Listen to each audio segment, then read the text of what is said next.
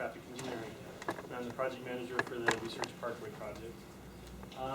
The project was implemented on November 28th, and the first is actually pretty incredible how fast that went in with the Signs and Markings crew. There were 6 locations. I drove every type of maneuver you can along the corridor from the side streets and all that. And after my driving all the locations, there were 6 adjustments I recommended.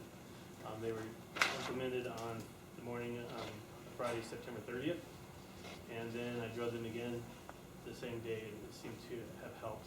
There were some very awkward right turns that kind of pushed people out into the travel lanes, and we were able to help address the radius for the turns. I've probably driven the corridor, well, about 30 times now, and I have driven it from every condition, especially the first week I drove it. Morning peak, afternoon peak, lunch peak, at night, just to kind of make sure that, under all conditions it is operating okay. And as far as I could see and tell, all the maneuvers were safe, and the speeds were recognizably, slower to the posted speed. You may recall in previous meetings that the average speeds were upwards of 55 to 60 on the roadway, and what I observed was closer to 45, maybe even 50, and that's including during the peak hour. Now, I have had a lot of contacts with people saying, the traffic's slower. I have to admit that the platoons are, when people are stopped at the traffic light, the platoons are bigger because you've taken away the 1/3 of the travel lane. So, of course, our normal platoon is going to be longer, but my observation is most of them, actually, every time they have always cleared the signal. But I've noticed finally Monday morning travel run, I saw something where the westbound traffic, I caught the platoon at the back of Union, one westbound, and that traffic didn't clear the Lexington signal. So that's an adjustment we're looking at making with our traffic management center. Otherwise, my experience has been, traffic's driving slower, the people aren't clearing the cycling. I don't live on the corridor, and I don't see it every day, so whenever we get public feedback, I really appreciate it if people would be really specific for what need to check, because if it's there, I want to fix it. I can fix it. There's some things that we can't, but if you could please be really specific on what I should look at, because I'm kind of missing it. I have other eyes out there, and they're not seeing the same. So that's kind of what that is. What is a posted speed limit? Posted speed is 45, and speeds were very high. On the 30th, there was a crash that shut down the whole roadway, unfortunately. And I actually came up on it taking my way, since I was doing travel runs, observing it, I kind of deviated from my normal route to drive it, to taking my son to school. So I saw that, and my pit in my stomach just dropped. So drop him off, race back, talk to the officer, and somebody was doing a U-turn. Some was in their eye, and they pulled right in front of somebody. So, an unfortunate accident. Hopefully, it was a slower speed accident, because crashes at 60 are severe. Anyway, as you all have heard, there was a community ride on October 8th,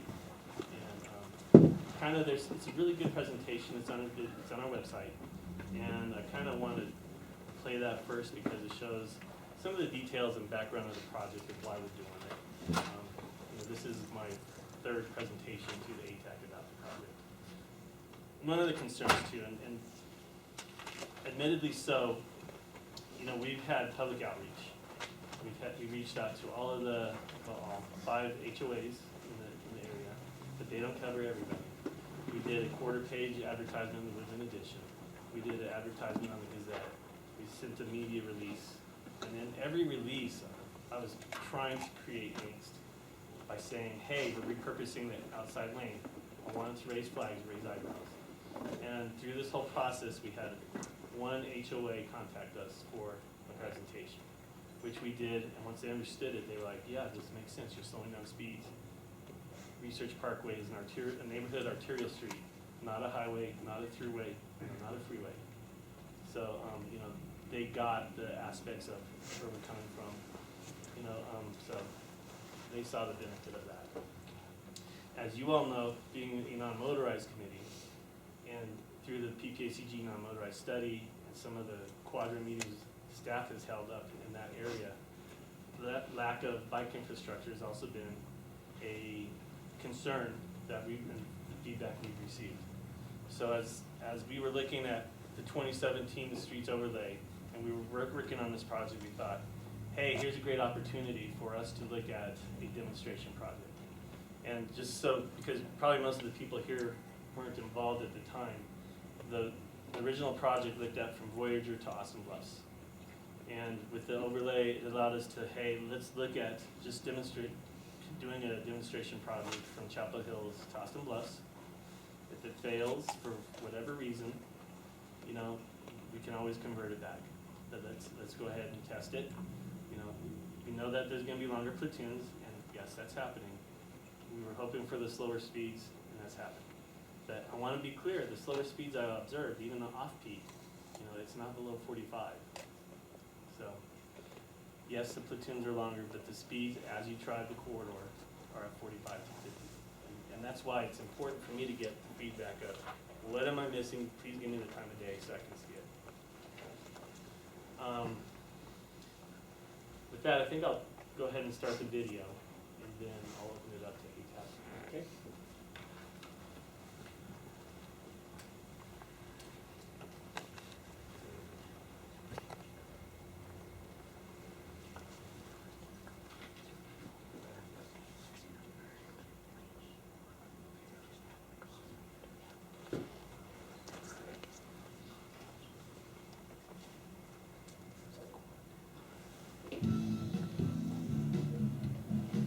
Studies show over and over that you're not going to get people to ride consistently unless you provide them safe bike infrastructure.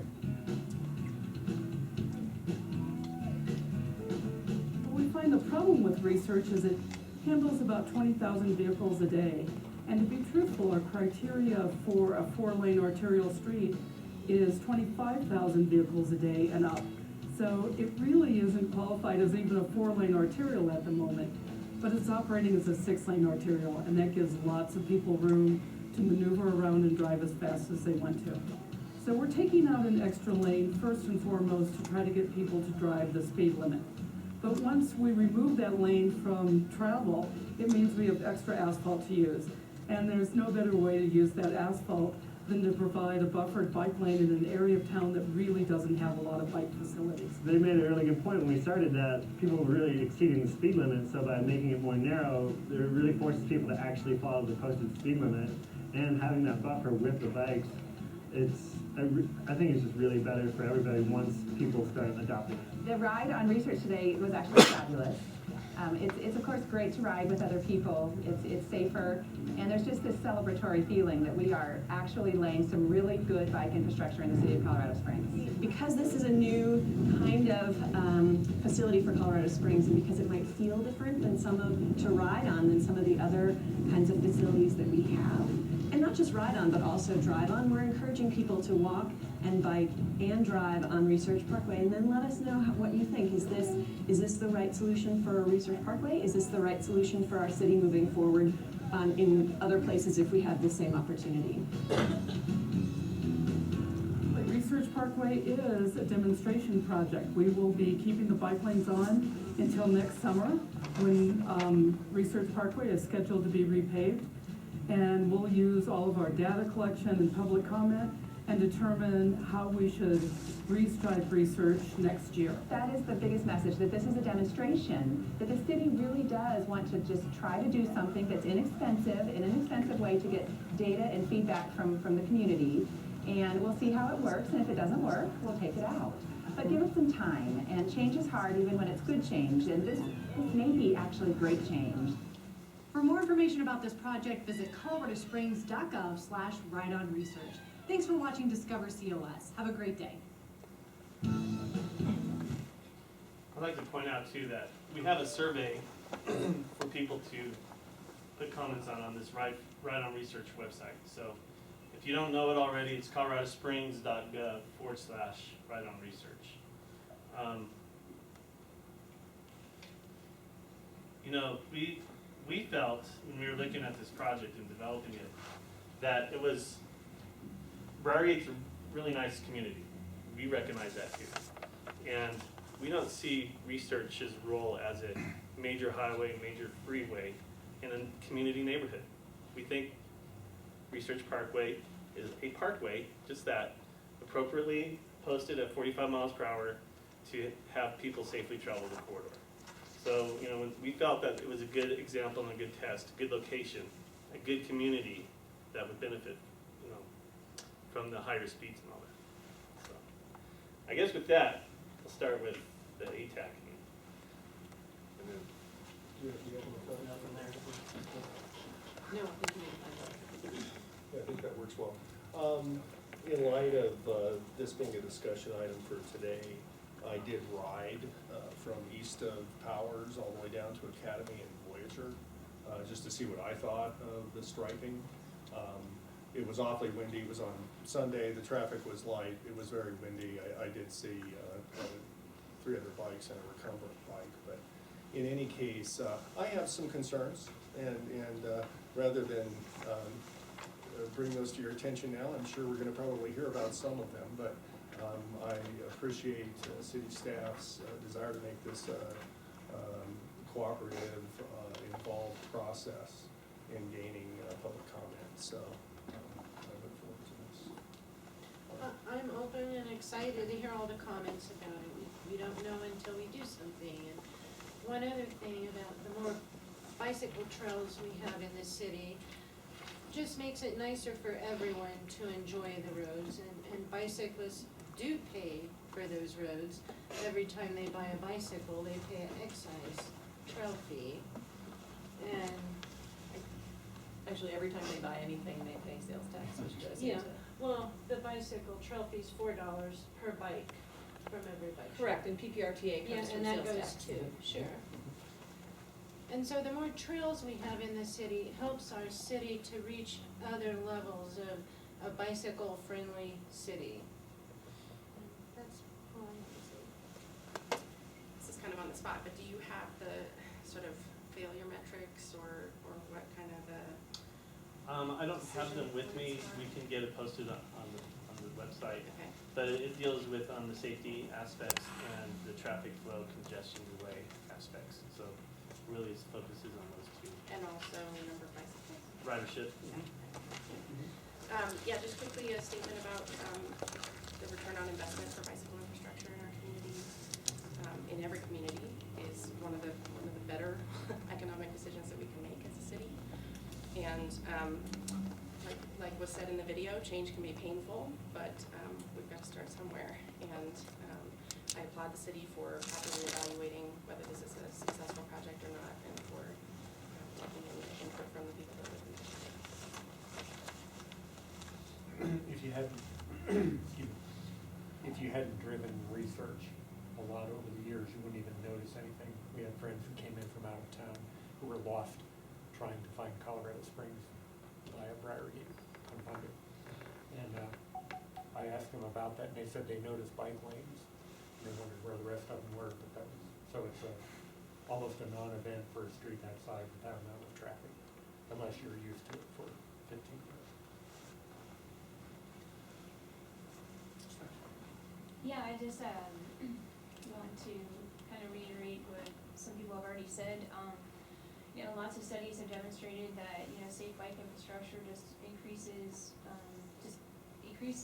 the economic development of the city as a whole. Just it makes a more vibrant community, a more connected community, and that was always our goals. That's always our goals, I think, as a blanket statement in this community. So I think the video did, you know, highlight a lot of the points that I think are very important in considering this as a demonstration project. That, you know, all change and progress like comes with some adversity and some maybe you know, things that we need to modify.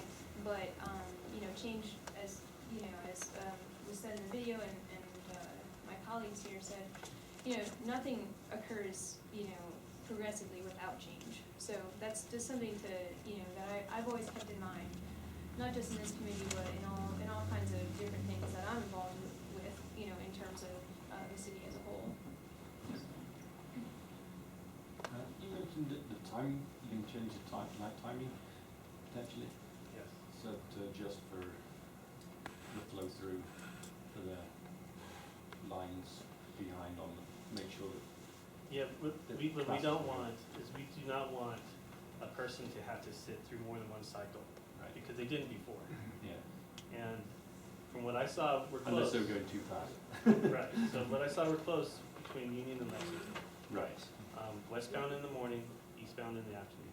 Because And the if lights you- are set to essentially to promote travelling at the posted speeds. Yes. Yeah. And so I did a lot of travel runs before the study, before implementation. And we do what we call a floating car study, so you kind of, you speed with the traffic, but you're keeping up with it. Right. And people were speeding 55 to 60, depending, even during peak. But the funny thing is, they speed and then they stop. Right. Because they were going faster than what The the traffic corridor lights. signal time. So, yeah. So do you know when that's gonna potentially happen? The changes in signal timing, Yeah. the request is in, it's a matter of the traffic management center making the changes. Right. So, okay. And I observed, so I have been driving the corridor since September 28th. And Monday was my first time to observe. And it's not that they didn't clear it, I was at the back of the platoon in Union. Right. We cleared Union, but we didn't clear Lexington. Yeah. So, whereas before, you were clearing both. And I Right. can see the frustration in that. Yeah, you don't get caught by successive lights. Right, so my goal is to have that fixed. I can understand the frustration with that. Yeah. It's annoying on a bicycle, but some vehicle drivers find the same frustration. Yeah. Could you tell, are the speeds higher coming downhill? It's a pretty fair grade, I wonder if that enters into it. Speeds are high, the full corridor. I mean, both directions. Yeah, yeah. Even up top, between Union and Austin Bluffs. It's just, there's no conflict, there's no restriction, it's just, we have pretty good signal spacing through the whole corridor, so. Well, I mean, on a personal basis, I'm interested to see how successful it turns out to be, because 8th Street may be one of the other locations where some buffered lanes may be placed, and that's a route that I take on a daily basis against the headwind today. And I do so for health benefits. So as a type 1 diabetic, this is how I get my exercise from working between work and home. It's important for me. Can you speak up? I'm not Sorry. sure people in the back can. I do mumble. I do apologize. So I was mentioning,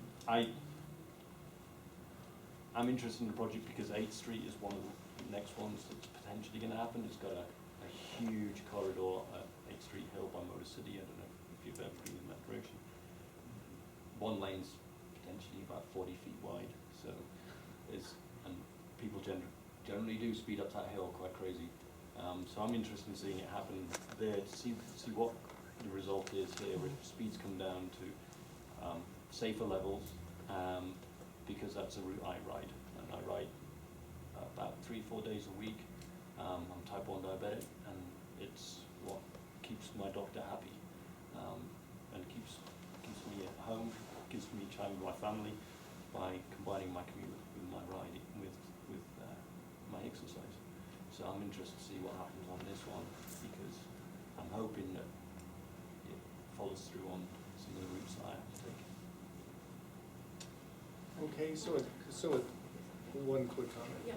Aubrey? Tim, regarding traffic level of service, do the level of service levels at our minimum level say anything about sitting through light cycles? It's based on vehicle delay, and it's an average over a period of time, usually an hour. And, this is level of service B. Pretty high. It's pretty high. It operates well. Prior to the timing change. Yes. Well, even with, your delay is only at the signal, and you're traveling, you go, Well, you can travel, you can travel the whole corridor in minutes. Yeah, I was meaning, is that breaking the change with the adjustment of the Lexington line? Yeah. So at this point, before we proceed with the citizens' comments, does anyone else want to sign up to speak? This is kind of your last chance, and I guess I have to go to the list or we won't know who's going first. Here, I'm gonna So really, this is your opportunity to give us your feedback. We're here to listen. This is usually a pretty egalitarian conversational group, but we want to listen to what you have to say. In order to kind of facilitate moving the meeting along, we've got a shot clock here that Kate will be operating. Hopefully that doesn't become a restriction. Usually 3 minutes is quite a bit of time to make some significant comments, but we'll be aware of that as well. And what I thought would work better, we've got a podium here, but we thought the speakers could just join us at the table and have a conversation with us in effect, since we don't have any other means of PA system or amplification, so. Can I make one more comment? If you came and you didn't sign in, please do, because Wrong turn. for future public outreach, we're gonna use your contact information to inform you. So, Jim, do you want us at the table now if we know we're speaking? well, I think we ought to just go in order and you can come up one at a time. I think that will be just as easy. Michael Gephardt, please.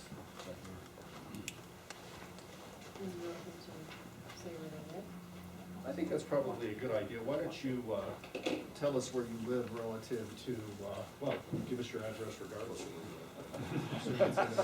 I've lived in the Briargate and Pine Creek area for 27 years. And I really appreciate what you all are doing. I appreciate also the opportunity to talk. I am a biking enthusiast, kind of a fair weather biker, sir. I wasn't out in the headwinds today. But I do it a lot on good days. And I have basically 3 things I want to talk about here. The bike lane that already exists along Research, because there is one. My concerns about safety, which this addressed some. And finally, talking about the future just a minute here. I found out about this meeting at about 4 o'clock, so I'm not really well prepared, but I have sent emails to several of you as well as the whole city council, because I was concerned about this. As far as the bike lane that's already there, it runs, I think, almost all the way from Voyager to Powers. I've ridden that since 1997, about 3 times a week when it was nice weather. I found it, I didn't want to ride in the street. I don't ride in the streets normally. I ride on bike paths, and it's a very adequate one. This seems to work in areas between Aspen and Vail, Frisco and Breckenridge, and they have a lot more bike traffic. So I'm all for keeping that bike path open and even widening it. I think that is a better alternative, really, than putting it in the street. That brings me to my second point of safety. I'm really concerned about putting bikers out there to try to slow traffic down. I know that's not the answer, or that is kind of not the conclusion you want to reach, but to me that's what it seems like. And I don't ride in the street like that just for that reason. Now I have driven on Research for many years, and I found that I haven't seen the speeds that you have, and I've driven it a lot at all times of the day. Maybe it's gotten worse. I drive at probably 45 to 50, and I'm one of the faster ones out there. So if I see anybody at 60 or 65, that's really, really rare in my opinion. I'm noticing, though, that people are speeding up to avoid red lights, and I see there's going to be aggressive driving because things are backing up, just like they do on Voyager Parkway, which carries a lot more traffic, I think, but there is aggressive driving there. And finally, the merge, accelerate, and decelerate lanes. You all are going to talk about that. I know I came out of the post office one time and went to make a right-hand turn, and they were on my tail fast. And that really was worrisome, because that's never happened to me before. You could usually go out pretty slow, but now I have to kind of speed out. Finally, the last item I was going to talk about was the future, and I just want to read one paragraph that I wrote to you all here. We know that the right sizing may work a while in certain instances, but the north side is continuing to grow, more homes, apartments, businesses. For example, there's a very large apartment complex being built in the northeast quadrant of Research and Voyager. It has 3 or 4 very large apartment buildings. There are gonna be people in there with cars and stuff. There's gonna add to motorist density. And there's also new businesses being planned, the northwest and northeast corners of Chapel Hills and Briargate Parkway. So I'm telling you that this plan even may work for now, but it's gonna get bigger. And as we see more homes built out there, that's a growing area. So I think you ought to consider the future, not just the static, what it's looking at right now, but what you're gonna see in the future.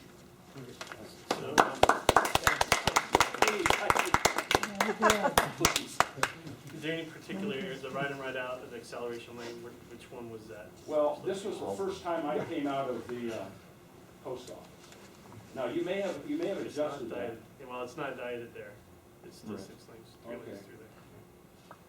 I'm gonna speak. So, and Somerset's another one, coming out of I'm gonna Somerset. speak to that. That's a tough one. So, but it's just that, my concern is people are scrambling to get onto Research Parkway, and they're not looking for bikes, which are much smaller entities. Thank you. We've asked everyone to stick with 3 minutes, Okay. and just to make sure that everybody can Ask me a get question. where they need to go. Why don't we go to our next speaker? It is Leonard Lake. I've lived 1 block off of Research for 29 years, and I feel more unsafe than ever entering Research right now. My particular location for Tim is Saunter Drive is when I come. It does not have a signal, so that, and there's a curve coming right around there. And I used to be able to look this direction and see that there were no cars and then enter in. Even back then, by the time I turned, I had someone come around the corner. It's almost invariably. So now I have to go all the way out, and by the time I turn, I've got somebody right on my tail. So that with no acceleration lanes, particularly on those intersections where there is no light, it is dangerous to me to enter Research. So I really suggest that when you restripe, that you put those acceleration lines back in there, especially for those intersections which don't have don't have a light to get in. They need time to get up to speed. And I drive it 45 to 50, just like the rest. And I'm probably one of the faster ones, in my opinion, during that period. My other comments are, I have 0 to 1 biker on that road during peak in the morning, and in the afternoon, I've seen 1 biker in the total time that I have come. The school children, the middle school, the high school, they only travel across Research. I have never seen any of them going to school on Research on a bike. Okay. The other comment I had, it was Summerfield. That one has always been a hard one to get onto Research. And it's doubled down. I see it backed up a block each morning, traffic trying to get onto Research. And it's made it a lot worse. We've had 2 accidents now, and just never seen accidents happen there on Rangewood and Research, and down the one that you mentioned earlier. If when an accident happens, we're more constricted. I had to go through the first accident. I had to go up through Mountain View School, past there with all the school children there. It was a mess. The only other way for me to get out of my neighborhood is to go past Explorer Elementary School, right in front of the school. So it's just created havoc, in my opinion. Appreciate your comments. Scott Richardson.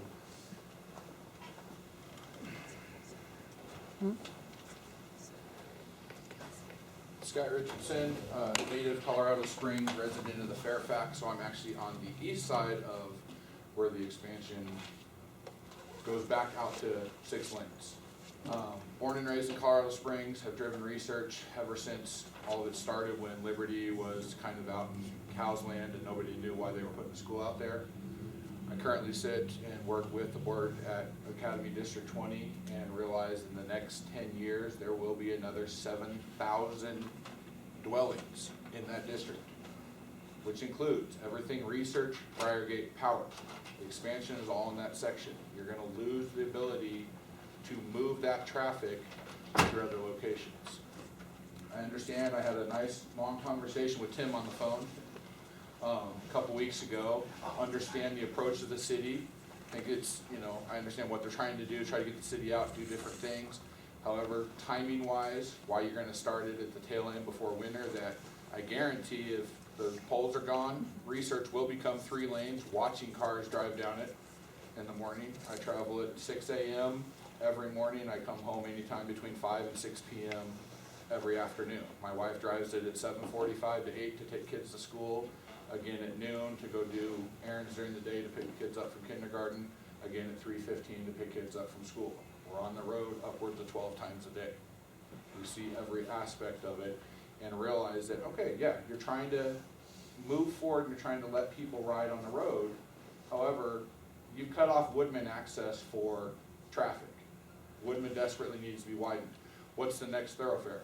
You bump to Briargate. Well, there's nothing transferring on Briargate because you stop at Rangewood, you stop at Chapel Hills Mall. So what's the next road? You hit Research. Everybody flows down Research. Why? Because you have Wolf Ranch, which in the next 10 years will connect to Black Forest Road. So now you've just increased the amount of traffic exponentially by the amount of people. I understand the algorithms that are in play that says a 4-lane road only can hold up to 20 to 25,000 cars before you need to switch.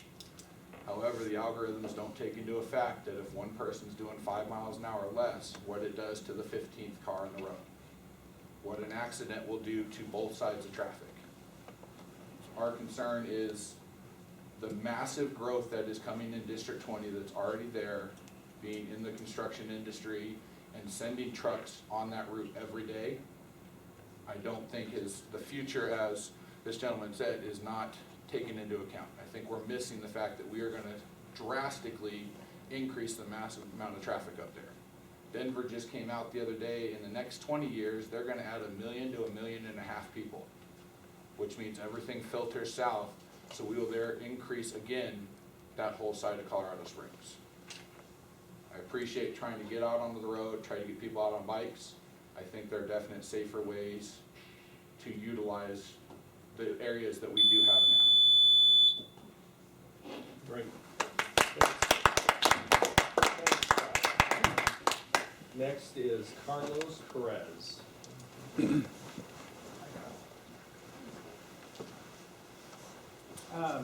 My name is Carlos Perez. Thank you for the opportunity. I'm going to stand up so I can, I'm having a little bit of trouble hearing you guys speak and hearing you guys there. I've lived in Briargate. I live about a block from Research. I live about a block. I've lived there for over 20 years, 22 years. I've been out on the bike lanes about a dozen times, and I'm here to express my support for the experiment. And I realize that it's an experiment, it's a demonstration, and there are bugs to work out. I think we've heard some pretty good comments about things that we can actually do with traffic engineering. And in fact, actually, I kind of feel sorry for traffic engineering because they're actually having to retrofit a 20th century monument to type 2 diabetes, okay, and try to figure out what to do with it. They don't have, you guys do not have an easy job. So I'm here to express my support for traffic engineering to bring the speeds down. I've been on there a dozen times. I haven't seen really the speeds really decrease. It's a concern that I have. The argument that we need to keep it at 50 almost, and sometimes it travels at 60 miles an hour, but I've seen some cars go pretty fast on there. It's very dangerous for motorists, not just for cyclists. We're talking about the future. The future is multimodal transportation. It's not the car-dependent suburbia. I realized that this late 20th century infrastructure we put in has kind of got us into this mode that that's the only way we can get around town. By the way, I bike for recreation. But I've also had the opportunity to go down to the library. I've actually ran some errands and without having to get in my car. Research is just, you just cannot drive on research. I'm sorry, you cannot bike on research there. The speeds are very high. But right now, the only thing, my point is this, is take your time, collect the data. I'm not a traffic engineer, and I can observe certain things, but I want the expertise of our traffic engineering department to take a look at this. Can we bring the speeds down? And at the same time, can we provide an amenity for the future? An amenity. I realize we don't need bike lanes. We can get by with just lanes, traffic lanes. But people move to Colorado Springs because of the parks, because of the open space, because of the trails, because of the amenities. And bike lanes are an amenity, okay? We don't need them, but it sure makes life more enjoyable. So, take your time, collect the data, do not rush to judgment. That is what I ask the committee to recommend upstream to the other committees.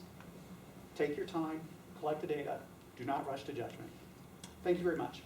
Thank you. Susan Davies.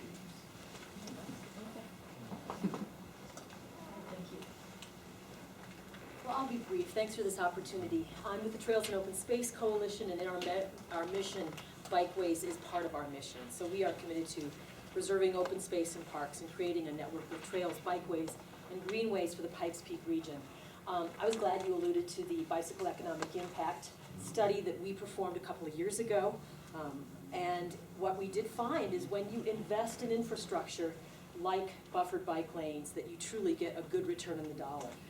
I've watched this committee, and for years now we've been looking at how do we position ourselves as a community to embrace multimodal transportation. Right now we are a silver bicycle-friendly city. We would like to one day be a gold bicycle-friendly city. These kinds of steps help us as we go in that direction.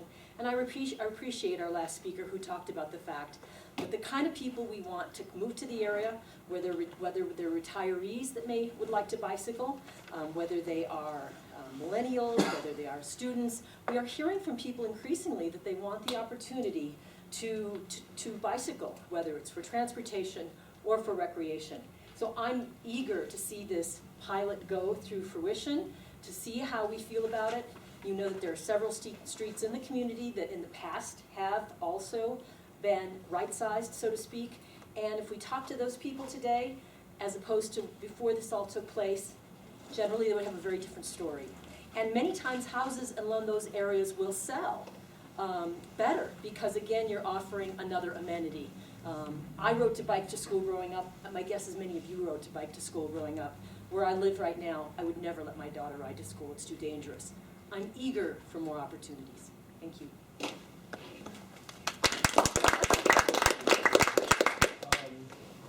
Next is Corey Satella.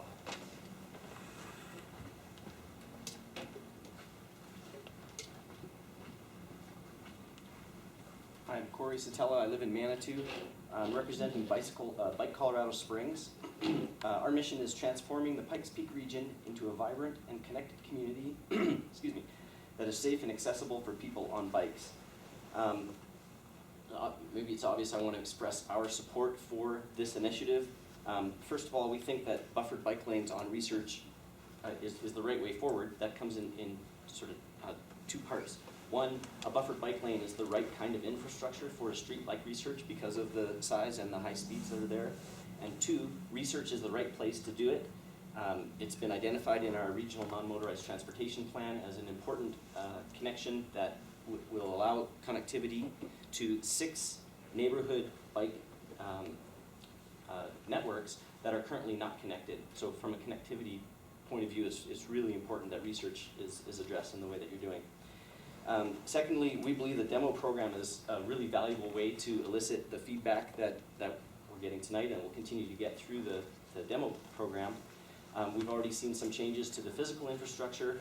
There was a mention about changing of the light timing, and we think a demo program is exactly the way for us to evaluate this project. So we know that it can be a tough slog sometime. We really encourage staff and this committee to recommend that we proceed through to the full completion of the demo project. And number 3, we really support the use of objective measurement, like we're talking about, to make the evaluation. You know what, I hate it when someone comes in and changes my reality without asking me first. I get an emotional reaction. We don't want to have an emotional reaction to this. We want to use the data. If we can show that we are providing a safer way for people to get around and increasing the mode share, that's something that we want in our community. Some of the things that we considered in arriving at our position were primarily the City of Colorado Springs strategic plan, which calls out in 2 separate sections why we would want to try projects like this and improve our mode share. Just to touch on it real briefly, in our strategic plan for our city, we talked about trying to get to a League of American Cyclists gold rating, and a project like this is essential for improving our mode share and getting to that point. We also said in the strategic plan, we support community initiatives that improve livability and walkability of our neighborhoods. That's all in the first goal within our strategic plan. Within the second goal of our strategic plan, we identify that we want to implement the Pikes Peak Area Council of Governments non-motorized transportation plan. This is a corridor that's identified in that study. It was developed through a public process, and we really think that the decision to push this forward on research is the right one. How am I doing? 4 seconds. Thank you, staff, for your time, and volunteers for your service, and for giving this project a try. We think it's a really great idea. Thanks, Jordan. Alan? He lives in Manatee Springs.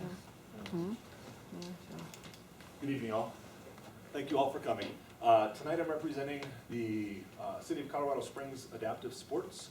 I am the adaptive cycling specialist for our therapeutic recreation program, and I have a long history now of taking riders out and providing recreational, primarily, cycling opportunities for them. Most of their cycles, due to a physical or a cognitive disability, are those kind of funky ones that you see. They're not your standard 2 inline bicycle wheels. They are recumbent trikes, they are hand cycles.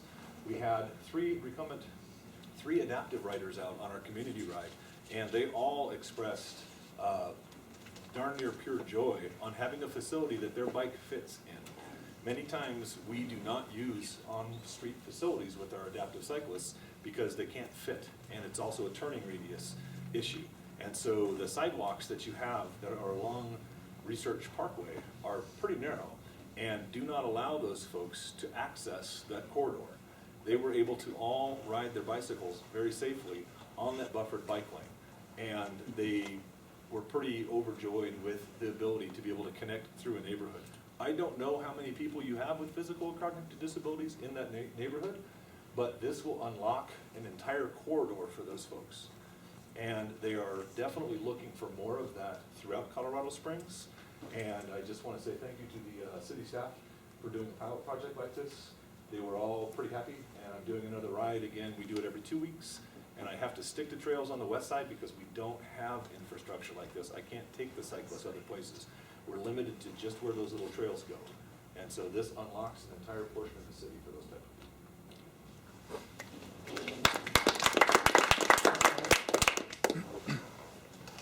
Next is Sandra Viksta. Hi. I don't live in Manitou, I live in the belly of the beast at 8475 Contrails. I am 1 block off of Research and 1 block off of Rainwood. And it's very interesting in hearing Mr. Roberts speak, said they're very interested in community input. However, he also mentioned everything was press release. The survey is internet. All this was filtered to the community via the newspaper, and a lot of people don't have it. This is a sign taken by King Super. Says the City of Colorado Springs project. How come, Mr. Roberts, there is no project signs posted for people to provide their input? None. No one knows. I've talked to my neighbors. They said, well, suddenly it just appeared here one day. We don't know how we got it. And unless they are Gazette subscribers and read that little Woodman edition, they never got the news. This is a normal bike lane in case many of you, since I got the feeling you live in Manitou, this is a normal bike lane that I took. This is on Rangewood.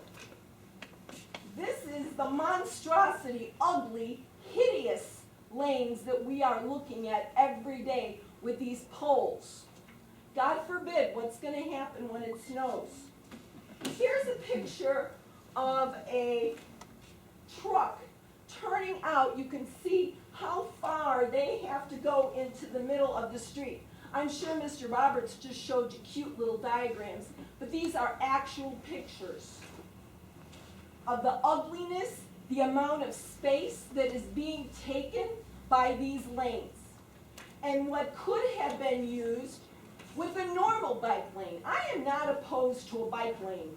I am opposed to this ugly, hideous ridiculousness, waste of tax dollars.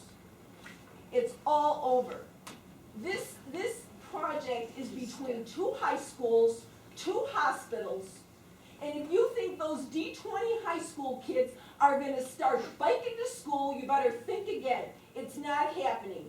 Every day, and I walk down Research. I walk my dog down Research. I'm fighting with these bike people. Get in your bike lane. They're on the sidewalk. The minute it gets a little bit dark, they're on the sidewalk. I haven't seen anybody. I think I saw maybe him and I said, good to see somebody using it. No one is using it. Is it a complete waste? Please pass these to the rest of the committee so they can see. That's for you. And I would like to comment here, it says, we feel this is a good fit for the community. Who is we? We've never gotten any input, and there is no opportunity to make any input. Because everything's been in the paper. Fill out the survey. And oh, that survey? You have to set up an account first. Could you have made it any more difficult? Thank you. And finally, Michael Waltree. So I kind of fit in all the demographics in that I live in Bargate. I work on Research. I ride a bike and I drive that. I agree with points that people are making on both sides. You know, for example, just yesterday, biking that corridor, I saw a student on the sidewalk, and I'm like, hey, come on, try this thing. So there are good points all around. But I know that this the road slimming can work. I've experienced roads where people are doing the speed limit, I'm in the right lane, and it's just scary as heck. I used to commute up to RT Logic, take Voyager, and like, man, that road could totally use that. Because there's a big pack of cars and there's nothing forever. When I bike this now, it's the same thing. I see a pack of cars, and then there will be a minute, even after it's down to 2 lanes, where it's quiet. Now, I agree with everybody that talk about acceleration lanes, figuring all that out. So my main input is, you know, let's make this work. Let's make the adjustments. I would hate to have this set us back as a community for other projects like 8th Street and things like that. So the fact that you're really monitoring it, I appreciate that. I know there were other venues that I heard, but I knew the lanes were coming. But my coworkers were just shocked. They're like, what the heck happened? And I can feel for where they're coming from. So I'm sure that's true for residents too. I would say, yeah, we need to keep making the adjustments to make this work. One more thing, I came in late. Did you talk about the accent on Friday? The one at Rangewood? Yeah. Rangewood, yeah. I talked about the one at Lexington on the 30th. I don't have the details on the one at Rangewood yet. I do know it's a left turn car, so. Right. Again, I don't know the details. Yeah, and I did drive up on that one though. yeah, and we cringe each time we see an accident. We don't want anyone hurt for whatever reason. Of course, there's accidents all around. We think about that accident, but there was an accident right next to my house near Woodman and Austin Bluff. So accidents happen. But the interesting thing for that one that I want to point out is with that totally blocking the left lane, we had only 1 lane of travel. At rush hour, heading west, there was no backup. I went through that area a few times, and So that testifies to the fact that it can handle the capacity, but we need to make this work in other ways so that people don't feel like, this is the, we're not listening to their inputs. So definitely invite anyone that wants to hear my perspective to talk to me afterwards. Thank you.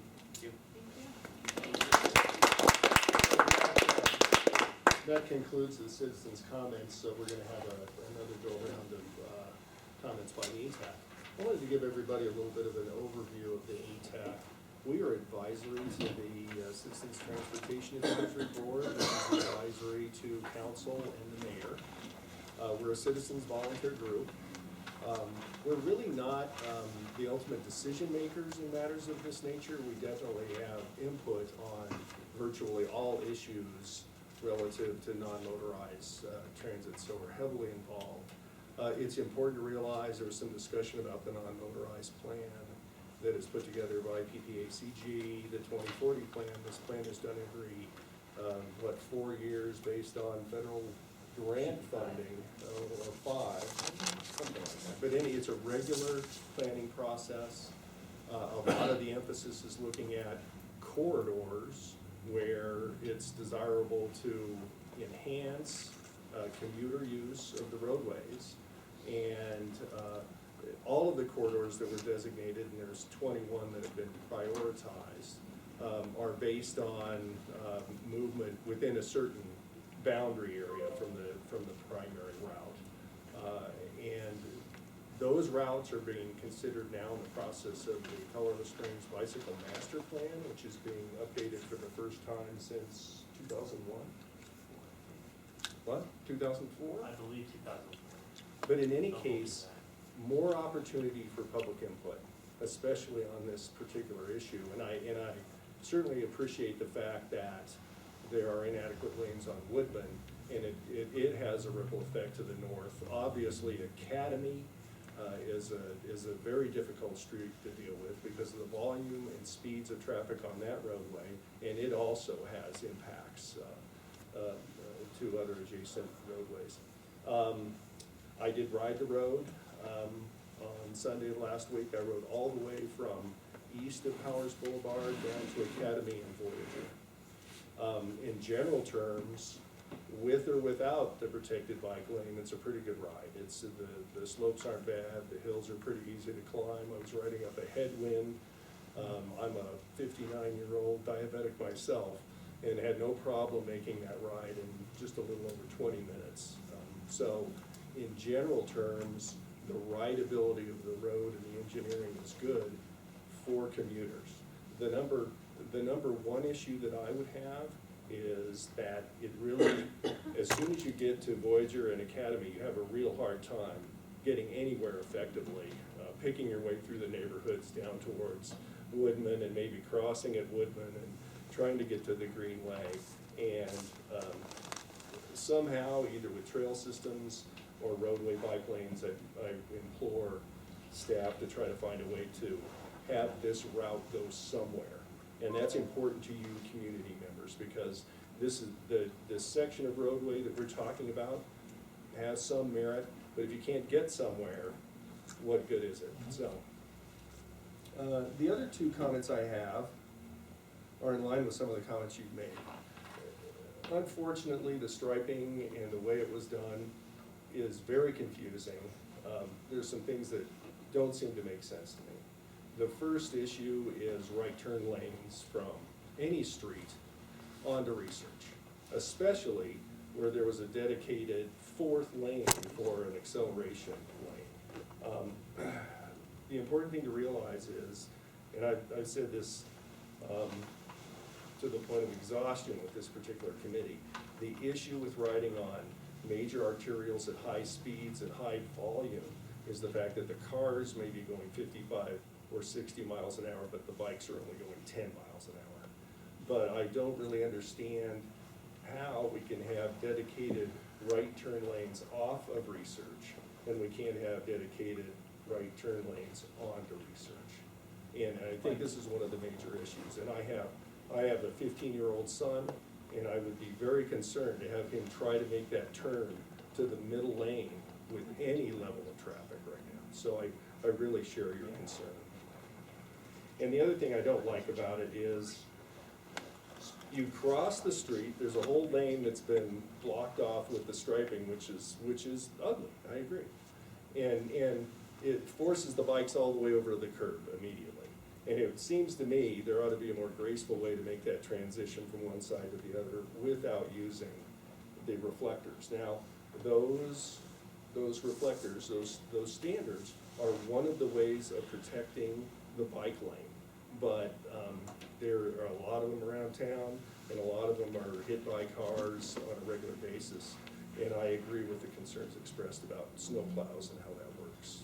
So my recommendation to staff is that we need to take probably the most critical right turn off of a perpendicular street onto Research Parkway and start looking at some options. And I think we could start striping options now so we can see how those combined right turn acceleration lanes with the bike lanes might work. Mr. Ramsey, I would also like some signage to let the community know where they can fill out this survey, because that is non-existent. And if they've already spent X amount of, frittered away, $10,000, they can spend a few hundred more and put up signs and let people know this is an experiment and that they can provide their input. Yeah. So it's an us, not a we.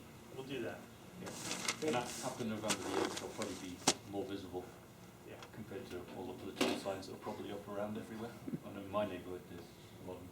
It seems that acceleration lane is, from the comments in my notes, that was one of the biggest issues was joining. I know on Cresta, on one of my routes, there is the bike lane there, the kind of acceleration lane is to the right, so the cars come in, turn to the right, and then have to cross the bike lane and go forward. And I know there's some standards for that.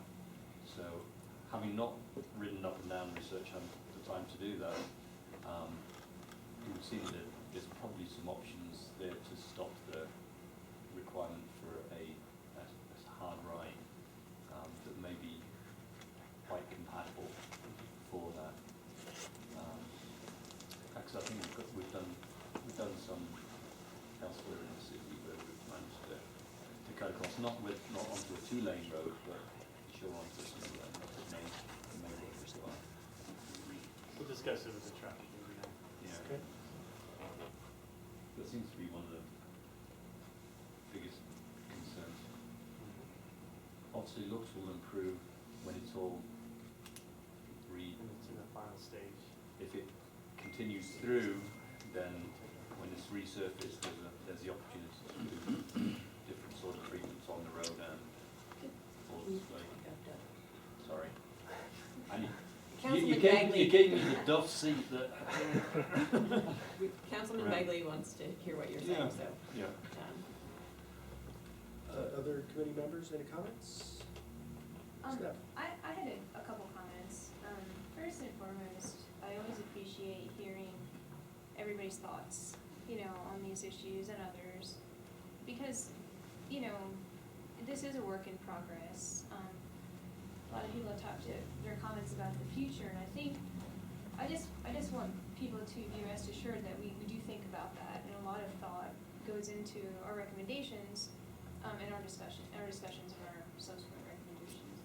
A couple of things I did want to mention real briefly that really struck me from all the comments. Some of them have been touched upon, more practical points, but one of the comments that really resonated with me was, multimodal transportation is our future. If you examine other cities that are, comparable to Colorado Springs in terms of their geographic, layout, in other cities also, multimodal transportation is already embedded in those cities, and I think that's important to keep in mind. I think our city and the way it's laid out gives it a very suburban feel, but we can't lose sight of the fact that this is a city, and transportation, shouldn't ever be limited to driving only. I think that really cripples people's ability to make connections with their surrounding community and make connections within their existing community and with other communities, around them. So there's a lot of advantage, to having neighborhoods that involve access to safe multimodal transportation. And that leads me to another point is, a couple of comments, and not just from people who spoke tonight, but just over time I've heard, well, I never see anybody riding on this road. Like, well, of course, because people don't ride on roads where there's no safe bike infrastructure. So if we don't experiment with providing safe infrastructure, we'll never be able to collect the data to ascertain whether people are going to utilize those or not. And I do have to speak pretty vocally about the comment that, kids are never going to ride to school, bike infrastructure or not. Well, that's actually just empirically incorrect, because there's lots of studies that show when kids have access to safe bike infrastructure where they can travel in their community, they do ride to school, and they do ride to the park, and they're more connected with their world as they know it.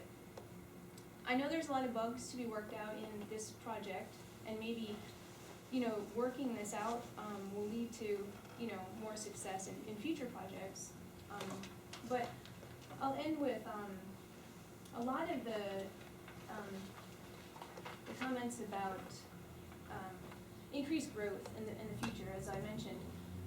It's interesting for me to hear, because a lot of the comments kind of mirrored what I think that, kind of necessitates safe bike infrastructure, safe multimodal ways to utilize transportation within your community, but also recreation. I don't ever want to live in a city where we have lots of growth and no way to promote that connectivity by multimodal transportation. So the potential for growth, the potential that there's going to be more businesses, more neighborhoods, more schools, more community centers, to me, that just speaks for the increased need to have multimodal bike infrastructure in these neighborhoods. So I think sometimes it's interesting to hear different perspectives, and I try to be open, to all of them, but really it's the same feeling is resonating, with me. It's just that I am seeing it from a different perspective. I'll be real forthright. I don't own an operable vehicle, so my primary form of transportation is a bicycle. Not to say that I haven't driven or don't wish I would be able to drive at some time, but the notion that all driving is that people live in our city with, and everybody has a car, that just needs to be cast aside, because regardless of what part of the city someone lives in, there are people who are not, what I call like choice drivers, who are using the roads for their transportation, and it might be by walking, by bicycle. So we need to provide some equal access, of course, for those individuals as well, myself included. So, yeah. But like I said, I thank you for all your comments, and it was very good feedback. I echo that. I appreciate you all coming tonight, taking time out of your evening. I have a few comments. So just three actually. One, there was a lot of mention of poor driver behavior, and I think it's a little concerning that we say, well, the drivers are behaving poorly, let's put it back to the status quo. And I want to challenge you actually to consider the possibility that bicycle infrastructure may improve driver behavior over time, and that with the addition of potentially 15,000 more drivers, like was cited with 7,000 new households, that it would only get worse if we stick with the status quo. And so if there's any way to capture that beyond just speeds, in sort of overall assessment of the project, I think that would be helpful. Second, there was a comment about this being a waste of tax dollars, so I'll reiterate again that bicycle and pedestrian infrastructure actually has a much higher return on investment than many other investments we make as a city, and that infrastructure that accommodates cars first and above all is actually has probably the poorest return on investment, and that we need to be thinking multimodally, not just as an economic thing, but with the number of retirees living in Briargate. As soon as they can't drive, they're stuck if we keep it the way it is. And so this is a step in the direction of improving our community as a whole and potentially for the people that want to continue to live in that neighborhood. Lastly, there was mention of this being sort of a different type of treatment than we're used to seeing. There was talk of regular bike lanes.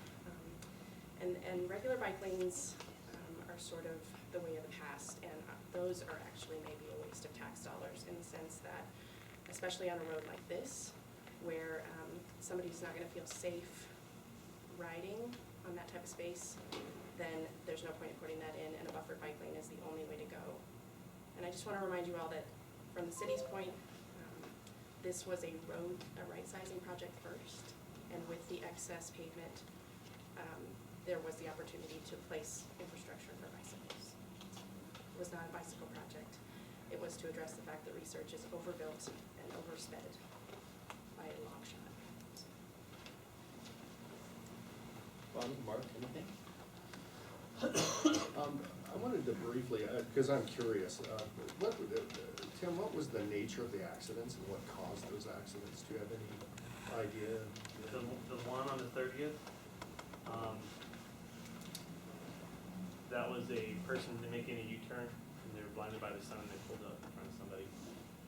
The one at Rangewood and Research last Friday, I walked up to the officer, and we started talking.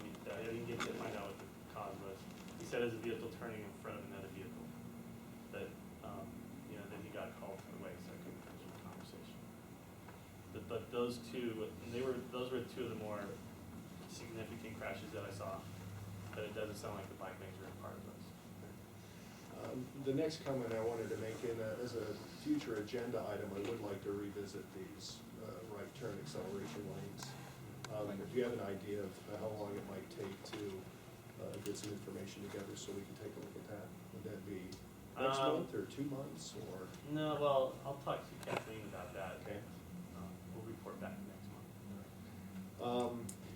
And I wanted to make one final comment, and that is we're citizens too. I used to live very close to Lexington and Union, only for a brief period, and I was riding my bike on Research when it ended just to the east of that area. So, and I used to ride downtown on Union Avenue, and it was crazy. And we're not suggesting any bike lanes on Union if that allays any concerns. One further question, and thank you. There are many stoplights between this corridor, and I'm really confused if speeding was the issue. Why wasn't there a study or some funding for some kind of expertise in a timing of the lights and reduction of the speed limit? Was that attempted? The signals are timed for 40. Well, I mean, to reduce the speed even more. Was that attempted? So the posted speed is 45 miles per hour, and the current speed is 55 to 60. You're not answering my question. Was there a study done to try to regulate the speed through timing the lights? The simple answer is yes. My understanding, it's a question of progression, moving through lights, multiple lights at a time. And anybody who's lived in the Springs for a long time have to have some appreciation that the roadways have better flow, better progression, and make it through more lights. Just one question, why was the speed increased from 40 to 45 miles an hour? The posted speed limit? Yes. That was done quite a while ago. Yes.